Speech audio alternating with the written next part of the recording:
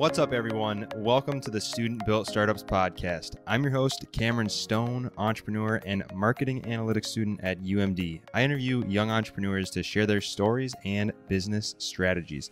Now, today's guest is going to be informing us on some of the things that you need to know going into filmmaking, as well as why it's important to build relationships with people and continue those relationships even after you complete your project working with them.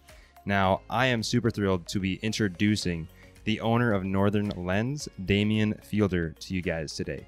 What's up, Damian? How you doing? Good. All right. Yeah. This feels nice. Yeah, it does.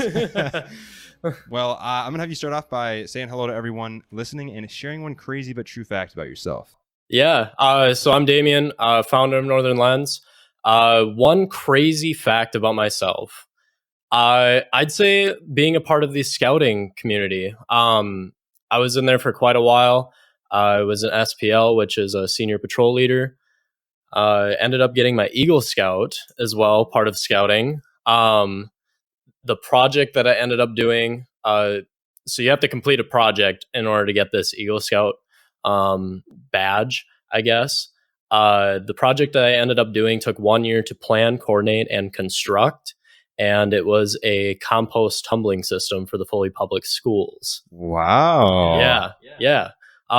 So it took 1 year to plan, coordinate, and construct. I ended up having the Conservation Club and Troop 10. That's the troop that I'm from. They ended up working together on the entire project for the whole year. And I'd say we raised about $3,000 to $4,000 for this project. Holy cow. So yeah, it turned out really well. And I think that's just a really nice fun fact about myself, and that carries on to this videography piece too. Yeah, definitely. That's really cool. I'm sure that gave you a lot of great experience and a good foundation on how to go forward with doing big projects like that. Yeah. So that's really awesome. Exactly. And I'd say just a big part of it was just being there for the other scouts and having the opportunity to lead. And at such a young age, being able to lead others, it's kind of scary at first, I'd say. But when you're standing in front of everyone for a bit, yeah, it can be scary. But over time, I mean, you go to a couple campouts, these guys end up being like almost family, you know. And I still miss them, and I think in the future I might go back and kind of give back in a way. Yeah, that'd be cool. I think that's really interesting and a really great opportunity you had. Yeah. So you want to maybe give a little bit of background on what your education was like, and then as well as like what you have kind of been working on with kind of what's going on. Yeah. So right at the moment, we're working on a couple projects. I have another videographer. His name's Dustin Godfrey. And he's been, that man is just so awesome. He goes out of his way to help me and doesn't ask for anything. I think he just wants experience, and he wants someone to look up to in a way. Yeah. And I think that's kind of cool as well. And he's just a great guy. As far as how everything kind of like came to be, because that's what you're wondering. Yeah. Well, right? Like where did your entrepreneurial journey begin? Like where did you start getting involved with entrepreneurship? Oh, yeah, sure. Where did it begin? That kind of carries on a little bit with the scouting program. Okay. But more specifically, it's from an individual, and he is the scoutmaster of that troop. His name's Jerry Goebel. He's from the Foley area. He's a great guy, and I always looked up to him as a kid. And I kind of wanted the same values he had, and that was leadership. It was consistency. It was planning things every single month and like providing value first for the troop.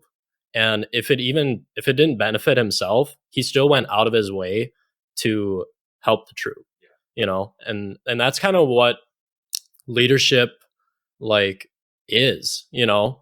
And at a young age, my entrepreneurial journey began from him, just seeing the values, everything that he gave for the troop. Yeah, so, that's really cool. And like what you said about leadership, like being able to kind of help others when it doesn't necessarily benefit yourself. That's really what leadership is, because you're guiding others to help them achieve their goals. And that's really what a leader position is. Yeah. Yeah. And even like I said, like not benefiting yourself, but going out of your way to like better someone like in the community or in the troop or, as a filmmaker, like I want to provide value to others. And if it requires me to have long hours and whatever, like that's fine. Yeah. They leave with a smile on their face. Absolutely. That's what matters. Yes, it does. Yeah. So, yeah. Well, I'm interested about your videography business, Northern Lens. You've created wedding videos, music videos, and a myriad of like other types of videos. So I'm kind of curious, kind of like what the story is behind it, where it started, and kind of what you're doing in your business now. Yeah. So it's kind of funny that you ask that. It's not like a big crazy story. It actually just involved me trying to find a hobby, and I ended up walking into Best Buy one day, and I saw that camera section. I'm like, I've never touched a camera, but I'm gonna give it a shot because if it turns out, it turns out. And so from there, my girlfriend at the time also wanted a hobby, and I thought it'd be cool to kind of share that. So we ended up both getting cameras. And I'd say 2 weeks later, we booked a wedding. Dang. Like 2 weeks later, no experience, no nothing with camera equipment. I ended up spending countless hours on YouTube and just researching. I was so nervous like beforehand. And I think anyone can relate to this as a filmmaker. When you do a wedding, it's nerve-wracking, like especially for your first one, because there's just a list of certain things you got to hit, and that wedding doesn't happen again. So yeah, if you miss your shot, you miss your shot. So yeah, we ended up doing a couple weddings, and then quite a bit of weddings that ended up just carrying onward. And later in time, I kind of like I wasn't growing, so that's kind of where the music videos and a little bit of corporate work, a little bit of fitness kind of came into play. Joey D, the recent artist that I ended up working with, was on your show. Yeah, he was. Not too long ago. Shout out to Joey D. He's a great guy. Love the kid. So we ended up spending like a day just to get all of our shots in. I'm actually quite surprised at how well that worked. We also ended up scripting and stuff beforehand. Okay. And that only took like, I want to say 2 hours, 2 to 3 hours to just plan what his video was like. And originally we wanted like some longboard shots and a bunch of other things, but the weather didn't play according to plan. It actually ended up snowing that day, but it added to the video. It really did. But anyways, going from weddings to music videos, and now I'm really trying to get into the fitness industry. And that's kind of my main goal this summer, is to do as many gyms as possible, because gyms were hurting during the COVID situation. So I think just, providing value to that. Yeah, absolutely. I think that's a really interesting thing you brought up. And I know, speaking of Joey D, I had him on the podcast. Great guy, really awesome vision. And the music video turned out really, really well. So that was a really cool experience. Yeah, I mean, I loved the music video. It added to the song so much. And one thing that I'm kind of curious about was, how do you go about like reaching out to these companies to kind of make a video for them, like the gyms or that kind of stuff? How do you go about that? Yeah. So, sometimes it's cold calling, just kind of going out of your way, just say hi. Sometimes they'll just do walk-ins, just see how their business is going, like build a relationship with the person first, decide their wants and needs, and then kind of have a little bit of vision and share your vision with them, and they'll bring ideas to the table. And before you know it, you guys will have a video in no time. I started, especially like with the fitness thing, I started with 9 Round first in Duluth. Amazing people. The team is absolutely phenomenal. I love them a lot. But we ended up just planning all sorts of things every single week. And I think that was good practice for me in the beginning. Looking back on those videos, man, like I know I can do better now. So, but they ended up loving them at the time and everything. And now that I have more equipment and a little more experience, I plan to go back to them and make some more content for them to just watch a little before and after, it's always good to compare your work, Yeah. over time. Absolutely. And So, doing those sorts of like yeah. small jobs, whether they're for free or for cheap or whatever, is really good to build experiences, especially when you don't have a lot of it, because you can produce a mild quality film and they're going to be, they're going to be happy because they didn't pay for it. They're not going to be upset by any means. The worst that you can do is give them something for free. They're not out anything. So, right. And if there's any advice that I could give too is, even 10 years from now, I'm probably still going to provide some free work. Sometimes you got to do things for certain companies because they want to see your experience first. And like, imagine if I landed something with Nike, right? Like, well, let's say 10 years from now, land something with Nike, right? Maybe that first video is free just to show them really what I'm capable of. And from there, then it's constantly paid projects. oh yeah. Providing value first to companies, and don't be afraid to do free work. That's definitely like how I got started, and like sometimes that's still what I'll do, but it leads to another project. You never know, and doing something for free, you never know. They might end up referring you to somebody else that's willing to pay you for certain things. And back to the thing you said about Nike, like if you were to get a free like gig with Nike, you just give them something free, but they actually use your video in something, the amount of like credibility that would give you, even if you didn't continue with Nike, that's incredible. You could put that on your portfolio of I made a ad for Nike, a video ad for Nike, whatever that video was for. Like, that's like an instant, like book elsewhere. Then you're set. You're golden. So I'm curious how filmmaking has really changed the way you view the world. Yeah, it's quite different. It's, I don't know. I'd say it sets apart a lot of things because I also do like I assist with truck driving and stuff for Burnix, and it's so weird to like work throughout the day and think of constant projects and stuff in my head, and I'm like, man, I should be thinking about work. So you like thinking of videos for the place you're working for, or it's just everything? Yeah, like sometimes it's that. Otherwise, like while I'm working, I'll think of constant projects and stuff that I want to have in the future, or just certain things like that. I'm constantly just thinking and thinking and thinking, and then when I come home after work, if I have nothing planned for the night, normally I'll learn from Full-Time Filmmaker, and I'll get to that as well. But yeah, just getting as much education as possible too. Like that helps you see the world differently. And that's what I'd say. I would imagine there's almost like a technical aspect to how you would view the world differently too, because if you're so like educated on making films and like lighting and angles and that kind of stuff, like I'm sure you analyze stuff very, very critically when you're just looking at stuff. I could imagine that's a big part of it.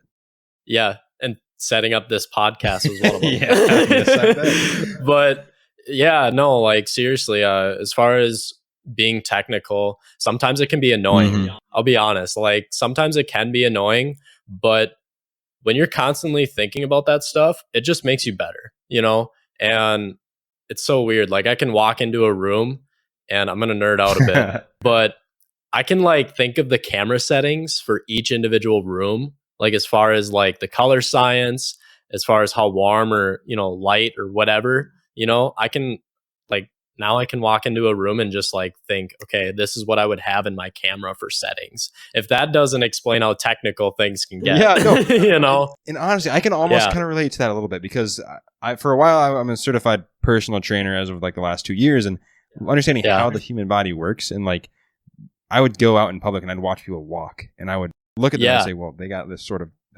this postural distortion syndrome. Their toes are pointed out and their knees are pointed in. And like, I all of a sudden notice all these technical things that nobody else notices. So I can totally relate to what you're talking about Oh, exactly. And sometimes being technical it can be annoying, but I mean, just another reminder that, you're educating yourself, it makes you stand It out. does. And that's what it's all about. That's what it's all about. Yes. So, yeah. Well, one thing that I'm also curious about. So, if you had like a set of ideas or practices or things that are like vitally important to filmmaking and creating videos, what would you say those set of things are?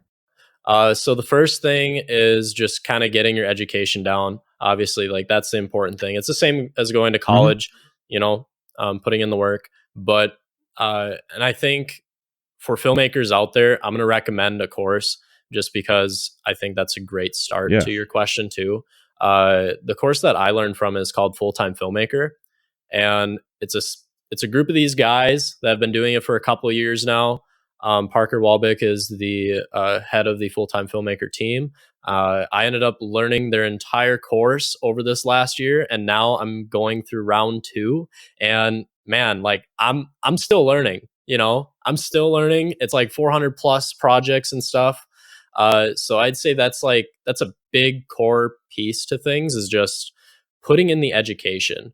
And then I'd say the other important thing is having role models. Having a role model, someone that's above yourself, really just helps create a good mindset for yourself.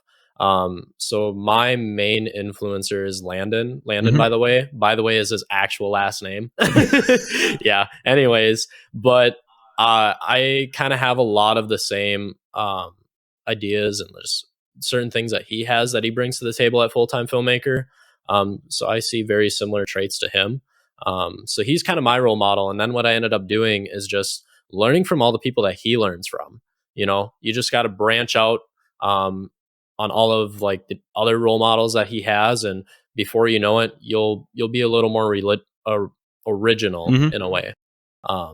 Yeah. With creating content. And that's actually pretty interesting how you said you kind of branch out from that one role model that you have and kind of learn from who they learn from, because I have just an innate feeling that that's how almost everything works when it comes to learning or creativity.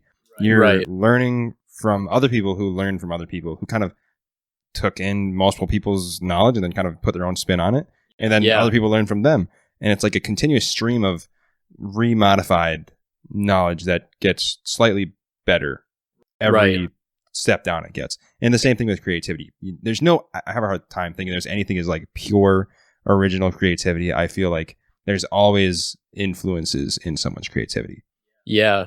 And just to reference that, I think there's a good book out there. It's called Steal Like an Artist, and it's the prime example of that. You are basically taking a lot of knowledge from one person and all of the other people that they learn from, and you apply it. You add a little bit of a personal touch to things too, so that way you're original. People are not going to come up to you and say, "Oh, you're the next Parker Walbick. You're the next this." No, like after you take ideas from a lot of different people and add a personal touch, people think you're original. People aren't going to come up to you and say you're the next this and this. They're just going to say your name, and they're going to say you're a filmmaker. So that's really important. Yeah, it absolutely is, because there's so many people that are trying to be the same thing as other people, and it's usually so easy to see that. Yeah, and it's almost cringeworthy. Yeah, sometimes. And I'm not gonna lie, I really did that with my podcast. I totally modeled another podcast out there, Entrepreneurs on Fire, a very popular podcast that I loved, and I used that as a foundation. I structured it just like that. I learned from what he was kind of teaching on how to start a podcast. And from there, I kind of found out that like it doesn't work if you copy them exactly. So I learned from some other people, and I put my own twist on it, and it's much more natural and smooth now. I completely agree. Yeah. So another topic I wanted to touch on was relationship building and kind of why it's so important to maintain relationships with these people even after you finish like working on their project. Yeah. So with filmmaking, everything is almost word of mouth in a way. You can do your cold calling. You can show up, certain things that I do. But in the end, it's word of mouth, and it's if they decide to recommend you to other people. So it's crucially important to check in on people. It's important to just be personable. Just kind of go out of your way, do certain things for them. Again, if it doesn't benefit yourself, you're providing value first. And like I mentioned earlier, that goes a long ways. So I think that's just a great way of answering that. Yeah. Yeah, absolutely. Yeah. And to add one thing on top of the adding value first, a little story that I had, a guy that I interviewed a while ago, Brad Preston. I apologize if I don't get the name perfect, but I believe it's Brad Preston. Sorry, Brad. Anyways, he was a wedding videographer as well. I think the owner of Loon Weddings. Yeah, Loon Weddings. Yeah, I checked out their page. Yeah, and one of the stories that he told was he actually would, I believe, was take free headshots of people. Free like headshot photography for whoever wanted it, pretty much. And he would do these free headshots, and eventually he would get these people coming back to him saying, "Hey, we're having a wedding. We're getting married here in a few months. Do you want to film our wedding?" Yeah, and that sort of like trust and credibility that you build with somebody by giving them some value and doing it for free is something you can't get anywhere else, really. No, exactly. And I think he had a great way of executing it. I've checked out their page. They seem to be doing a great job. Yeah. I contacted him a little after your podcast with him. Cool. Just to say hi and stuff, to connect, because that's also what's important, is connecting with other filmmakers and stuff, because in the long run they might have projects that they want to do, and that's kind of what I'm trying to do right now, is just get a big group of people, with like-minded ideas. Yeah, that's cool. I'm trying to do something similar. So yeah, exactly. It goes a long way. It does. It really does. Completely. Yeah.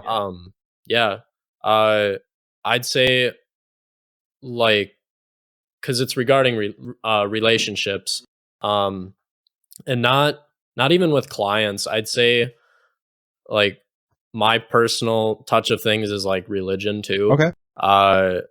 Like just trusting in God that you can, do something, trust the process. Yeah. Religion's a crucially important part of mine, and maybe it's not to everyone else, but that helps me get through a lot of things, whether it's stress or anything. Yeah. Absolutely. I mean, having something to have as a foundation so that you can get through those tough times is absolutely vital, especially for entrepreneurs, to have some sort of foundation, because you're going to hit it multiple times. Oh, definitely. Yeah. No, I've hit it a couple times. It's nice to have something there that is continuous, that it's always there. Yeah. So yeah, exactly. Yeah. So I'm curious to also hear about a little bit of your education story. I know you dropped out of school, which I want to hear a little bit about that.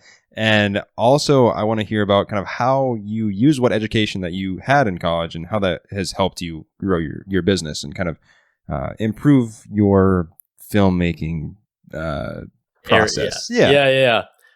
So I first started going to University of Minnesota Duluth for marketing, and my uncle is a sales representative for Monster and stuff. So I really looked up to him and saw like the whole marketing aspect of things, and I fell in love with that. So I went to school and loved the marketing program and everything. The people at school were just amazing. And if it came down to it, maybe I'll go back. I don't know. But as far as the journey goes, I started with marketing, and I saw this and I'm like, man, I have these two options in front of my face, and either I can invest in school, or I can invest in equipment and software and just knowledge, and I ended up choosing the filmmaking route. My parents at first were a little skeptic about it. And then I ended up dropping out, and I'm like, man, I wonder what my parents are going to think. And I told them, and they're like, you are crazy. What are you doing? So did they know beforehand, or was it like an after the fact thing? They knew a little bit like beforehand on what was going on, what I was thinking, and I ended up executing and just choosing that. And like, I'm glad like I stuck it through, and they're actually very supportive of what I'm doing right now. And I think that's also just a crucial piece to owning a business, is having supportive parents, it goes a long ways, like a really long ways. Otherwise it's just more stress on yourself. Yeah, you know? absolutely. So, And this is a topic that I enjoy talking about it, the whole like education thing, because college, university is absolutely perfect for some people. And yeah. it's good for others and it's not good for some other group of people. Yeah, exactly. And it really comes down to, is that going to be the most effective and efficient way to get you to doing what you ideally want to be doing? Yeah. And if it's not at that moment, then it may not be the right time to go to college. Yeah. And I feel like a lot of parents, as you're talking about, parents feel like if their kid drops out of college, they're like, oh, he has no motivation to do this or to do that. Some parents are like that. Yeah. When really inside that person, there's like a deeper motivation to go and do something that they are very passionate about. And that's going to give them actually more like drive and motivation to succeed than if they were to stay in college. Yeah. And that's kind of the other piece is with this filmmaking thing, a lot of it is word of mouth. And with school, you're going to school to get, the graduated piece of paper and stuff, and you're using that. And I'd say for filmmaking, I suggest staying in school if you're trying to get into the corporate area, because a lot of businesses just like to see a degree on hand. So that's my advice if you're a filmmaker out there. Otherwise, I'd say your resume is your portfolio. When people come across my social media platforms and they see my work, that is the same thing as a resume in a way in the filmmaking world, because your work is on the table. They can pick and choose and see if they want to hire you or not, just based on what the content is. And that's one of the things I kind of struggle with, because like a lot of these artistic degrees, like I'd say, filmmaking is a very artistic thing. Yeah. But to hire somebody solely based on the fact that they have a degree rather than looking at their actual work, because like, yeah, put the degree to the side, who has a better portfolio, whose work is more executed better? Yeah. I feel like a degree shouldn't add any value to the person whose work isn't as good. Right. Content is vital. Yeah. Like content is crucially important. Distribution is also important, but content is king, as full-time filmmaker likes to say. Absolutely. But yeah. Yeah, another person that says content is king is Gary Vee. I'm sure. Yeah. You've heard of Gary Vee. I've heard of Gary Vee. I share his stuff all the time on Instagram. Yeah. People probably get sick of it. Same here. Yep. Yeah, he's a great guy too. All right, so let's say there's somebody out there who is listening to this podcast and they're interested in getting into filmmaking. They've never taken a real quality video before. They've never touched a nice camera, and they just taken maybe some TikTok videos of themselves or whatever. Yeah. And they want to get into the hobby of filmmaking and maybe pursue it as a career. What would your one actionable piece of advice to them be to kind of get going on that journey? Yeah, so it kind of happens in steps, and I'd say the first step is find your role models. And I know I mentioned that earlier, but really that's super important. If you don't have any role models to look up to, you don't have a vision really. If you have other role models out there, you have an idea of what they're doing, where they've been, and you can ask yourself, okay, what would this role model be doing at age 20, like myself? What would they be doing every single day? So I think Landon's a lot older than I am. But sometimes I'll ask myself, what would I be doing if I was Landon at 20? And it forces you to kind of create that mindset and gives you a little bit of motivation. So I'd say that's one big piece is understanding who your role models are, because you almost have to have a style in a way too. And I'm a little more on the cinematic side. I like a lot of the cinematic looks, and I think that carries over to weddings as well. Yeah. But yeah, once you have a role model, find out where they draw inspiration, then you can almost plot what your next couple of years are going to be like. So I already have a 10-year plan of what I want to do. 10 years from now, if not sooner, I want to teach.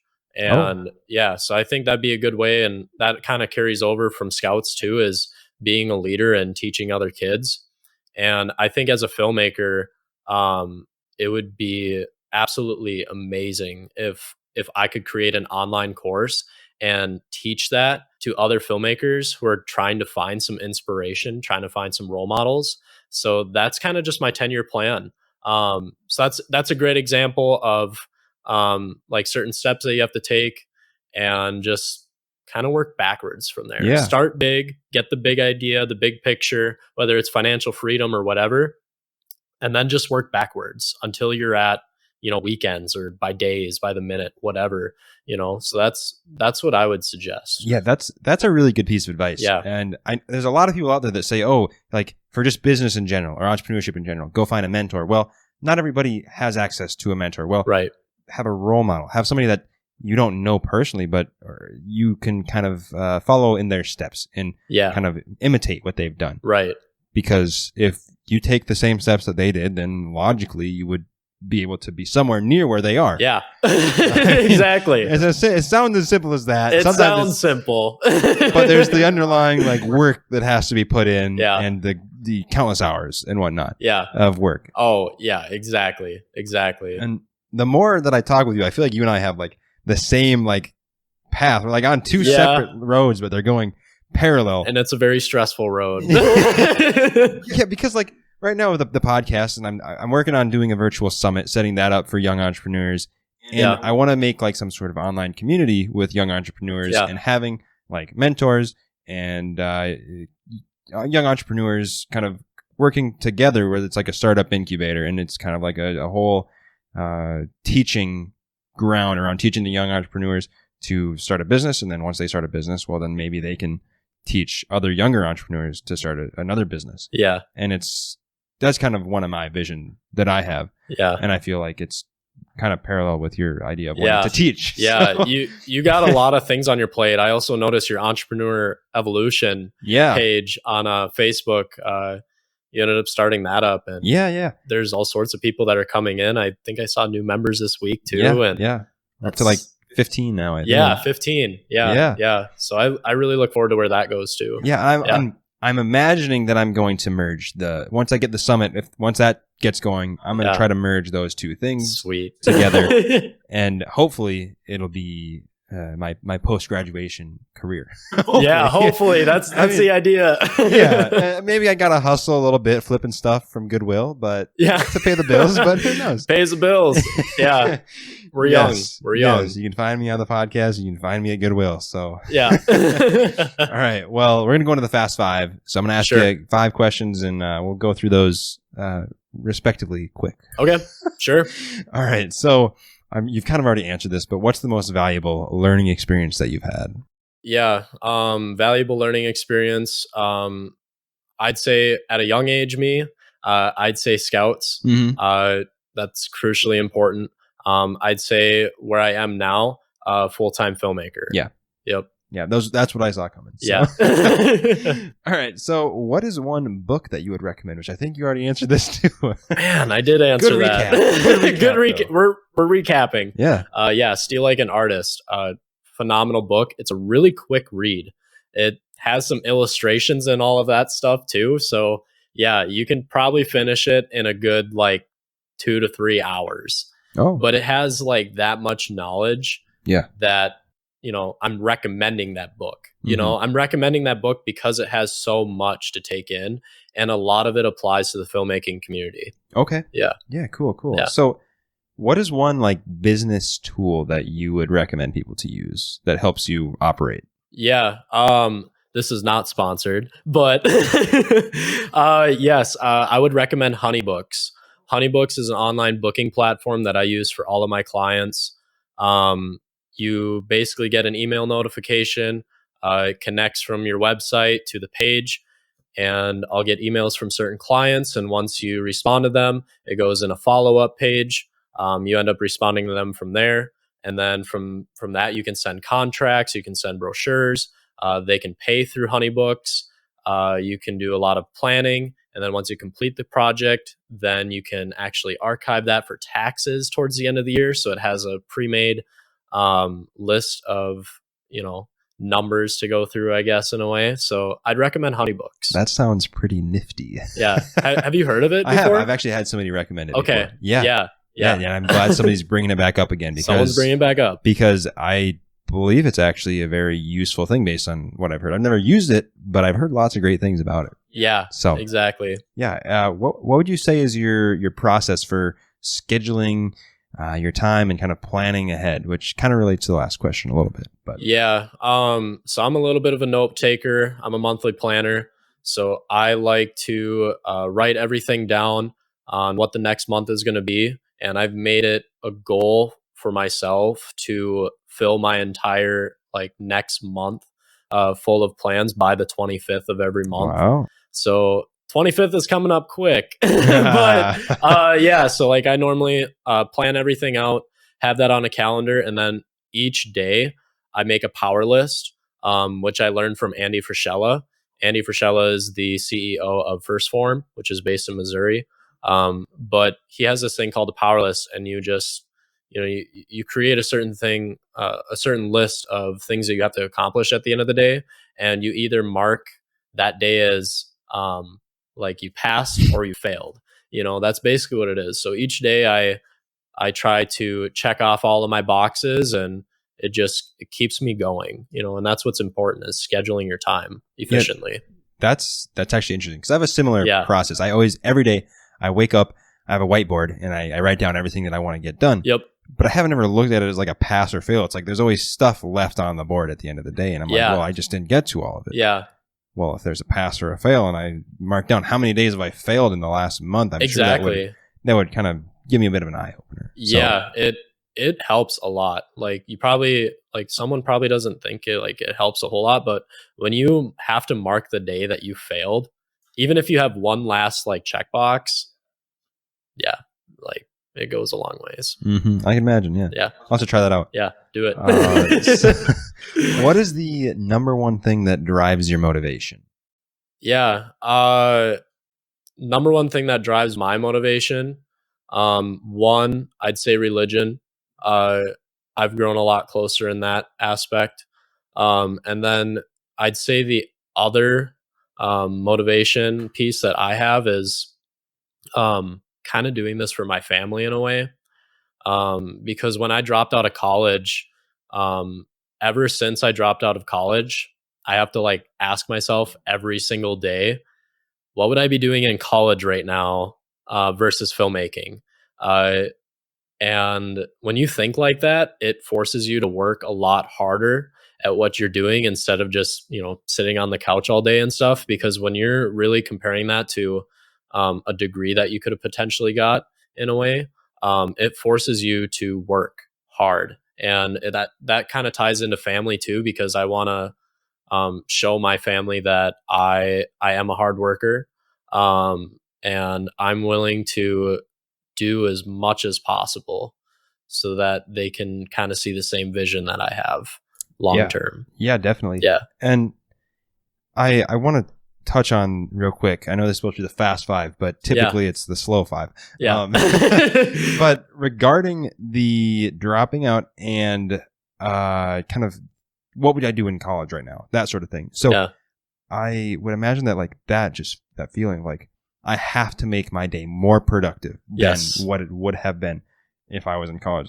Every day has to be more valuable than if I was elsewhere, I guess. Yeah. Is that kind of the mindset? Yes, that you go? Of course. Yep. Yeah, that is the everyday go-to mindset that I have is I want to be the hardest worker in the room, and you got to rest every so often. That's crucially important as well. Spending time with friends and whatnot. And I normally make that Sundays. So tomorrow will be a free day. We're going snowboarding tomorrow. Yeah. I'm going snowboarding tomorrow with some friends. It'll be fun. Oh, yeah. But yeah, you got to have your off days. Yep. But yeah, that's kind of my key point to motivation. Right. Yeah, definitely. So before I ask my final question, I'll have you share where we can find more about you and your business. Yeah. So a lot of my work is actually on my website. You can actually book through me as well. depending on the type of project you want. I offer fitness, corporate, music videos, and weddings. And that can be found at www.northernlens.org. Otherwise, my Instagram, I share things on my personal. So that's my first and last name, Damian Fiedler. And there's an underscore, I think, in between there. So there's that. Otherwise, Northern Lens Photo Video on Facebook. Yeah. All right. Thanks for sharing that. Yeah. Well, Damian, it was absolutely a pleasure to have you on the podcast. And I'm super thankful that you set up this video for me. Yeah, and exactly. It feels a lot better. It does. It does. It feels good. It feels natural. And I'm pumped to get it up on YouTube. So, you are all watching this right now, and I'm going to be very excited at that moment of time where you're watching this. Yeah, exactly. So before we wrap up, I want to just ask you, what would be your number one main takeaway for everybody listening? What do you want them to leave and go think about the rest of the day? Yeah. If there was one thing that would be a key takeaway, I'd say really think about not just your life choices and stuff, but like, that sounds a little too cheesy, but just kind of think about your role models. I brought that up a couple times, but really, like, it's your role models. And another key piece that I'd say is, you're the average of the 5 people you surround yourself with the most. And that applies a lot. And some people look past that, but even when you're in college, you can have all sorts of college friends, and whether it's partying people or people who are entrepreneurs like yourself and whatnot, I'd say really just think about who your role models are and who you want to surround yourself with. That'd be my key takeaway. Those are some good takeaways. And I think that the think about your life choices. Honestly, like, it sounds cheesy, but it's important. Really. Don't just bypass it. It's something to think about. Yeah, exactly. Well, Damon, it was great having you on the podcast. Yeah. I'm super happy to have you. Yeah, no, it's great to be here, Cameron. All right. Awesome. All right. Till next time. Yes. Well, guys, lastly here, one quick shout out to Damian for setting this up, and for all you listening right now or watching, since we're doing video, you can go and check out my website, studentbuiltstartups.com, to find the show notes and some more about the podcast, what's going on in the future, as well as the links to his website and social media. So I will catch you guys on the next episode.